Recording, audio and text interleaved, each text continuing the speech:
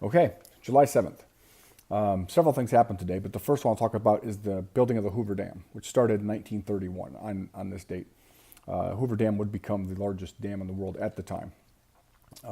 Something that's interesting is that they decided to build the dam in 1922, so they started construction and started building, finding money and designing it and all this kind of stuff in 1922. At that time, the Secretary of Commerce was Herbert Hoover, and so he's the one that approved moving the project forward. And then he was president in 1931 when they started construction. So it had been called the Hoover Dam up to that point. When he lost the election in 1932 to FDR, FDR refused to call it the Hoover Dam.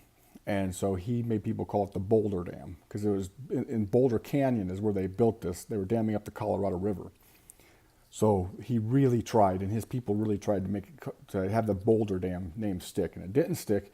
And officially in 1947, Congress changed the name to the Hoover Dam, which is what it still is today. The other thing that happened today in 1946 is Jimmy Carter and Rosalind Carter married. So they've been married, the second longest marriage in presidential history, behind George H.W. Bush and Barbara Bush. Obviously, Barbara Bush passed away earlier this year, so the Carters are still have a chance to take the lead. The other thing that happened today in 1981, when Reagan took office, when he won the election in 1980 and took office in 1981 in January, he said he was going to nominate a woman to the Supreme Court.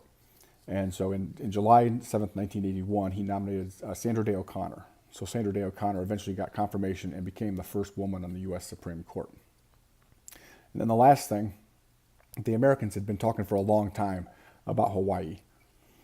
And so as a territory. And during the Spanish-American War, this came to a peak to where we really felt like we needed that buffer zone out there in the Pacific Ocean. And so McKinley signed the act that would annex Hawaii in 1898, and it became a territory. And it was a territory until 1951 when it became a state.